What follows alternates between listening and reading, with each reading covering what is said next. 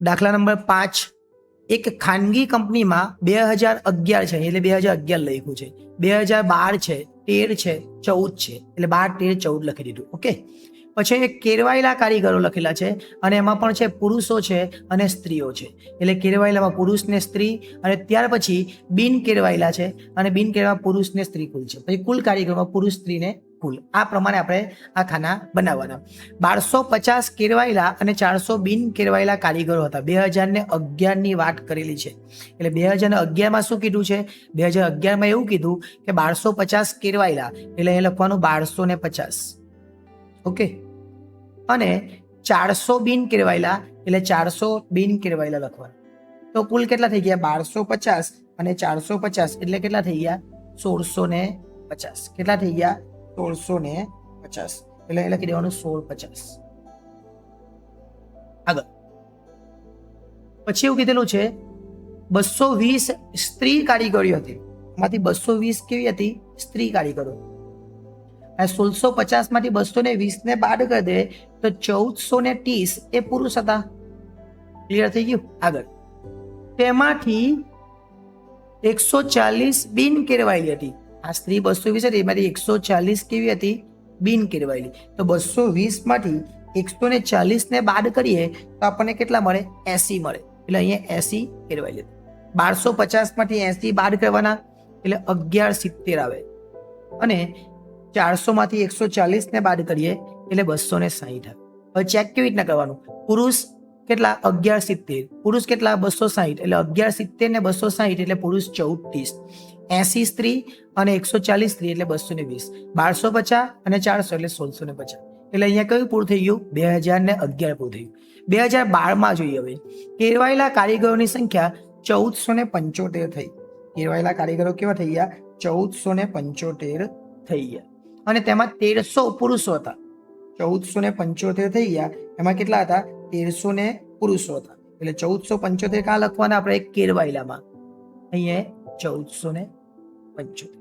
શું કીધું આપણે? 1300 પુરુષો હતા. હવે અમારી 1300 તો પુરુષ છે, તો સ્ત્રી કેટલી આવી? 175. સ્ત્રી આવી 175. આગળ 250 બિન કેરવાયેલા કારીગરો. બિન કેરવાયેલા 250 કેટલા હતા? બિન કેરવાયેલા. અહીંયા બિન કેરવાયેલામાં કેટલા લખવાના? 250. એમાં 200 પુરુષો હતા એટલે પુરુષમાં લખવાના 200. તો સ્ત્રીમાં કેટલા આવે? 50.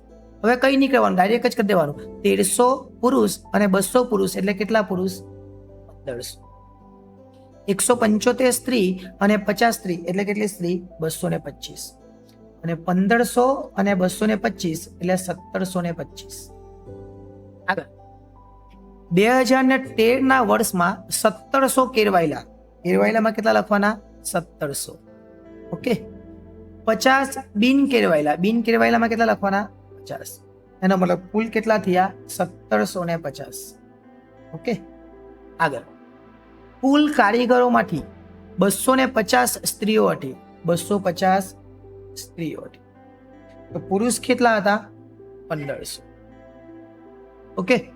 આગળ ચાલીએ. 250 સ્ત્રીઓ હતી. તેમાંથી 240 કેરવાયેલી સ્ત્રીઓ હતી. આમાંથી 240 કેરવાયેલી અને 240. તો બિન કેરવાયેલી કેટલી આવે? 10. આ 50 માંથી 10 જાય તો કેટલા? 40. આ 1700 માંથી 200 જાય તો 1500. 1500 માંથી 240 બાદ કરીએ એટલે 1460. ઓકે. આગળ ચાલીએ. 2014માં 2000 કારીગરો હતા. એટલે 2014માં કારીગરો કેટલા હતા? કુલ 2000. એમાંથી એવું કીધેલું છે કે 2% બિન કેરવાયેલા. આના 2% કરવાના. 2000 ગુણ્યા 2%. કેવી રીતના કરવાનું? 2000 ગુણ્યા 2%. એટલે કેવી રીતના કરવાનું? 2000 અને 2 અને 100. 20 20 એટલે કેટલા આવ્યા? આ 20 20 નીકળી જાય એટલે કેટલા આવ્યા? 40 આવ્યા. એટલે 40 કાં લખવાના? આપણને 40 કીધું છે બિન કેરવાયેલા. બિન કેરવાયેલામાં લખી દેવાનું 40 અહીંયા. તો 2000 માંથી 40 બિન કેરવાયેલા હોય તો 1960 એ કેરવાયેલા કહેવાય. ઓકે. આગળ કુલ કારીગરોમાં 1300 સ્ત્રીઓ હતી. આ કુલ છે એમાં 300 કોણ હતી? સ્ત્રી. તો 1700 કોણ હતા? પુરુષો. જેમાં 10 બિન કેરવાયેલી સ્ત્રીઓ હતી. આ 300 માંથી 10 કેવી હતી? બિન કેરવાયેલી. તો એનો મતલબ કે 30 કેવી હતા? 30 પુરુષ હતા.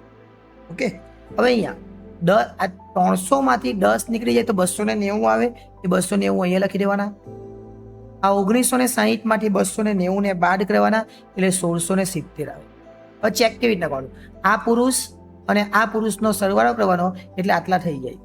આ સ્ત્રી અને આ સ્ત્રીનો સરવાળો કરવાનો એટલે 300 થઈ જાય. એવું બધામાં જ ચેક કરે. આ 1300 પુરુષ અને 200 પુરુષ એટલે 1500. એ રીતે બધામાં તમારે ચેક કરી લેવાનું, જેથી કરીને કોઈ મુશ્કેલી થાય નહીં. એટલે આખો જ દાખલો આ રીતે આપણે કરી શકીએ. જો હવે વિડીયો ગમ્યો હોય તો વિડીયોને લાઈક કરજો, ચેનલને સબસ્ક્રાઈબ કરજો, વિડીયોને હાઈપ પણ કરજો અને શેર કરીને તમારા મિત્રોને પણ મોકલજો, જેથી કરીને તમને અગાઉના વિડીયો જે છે એ મળતા રહે. આભાર.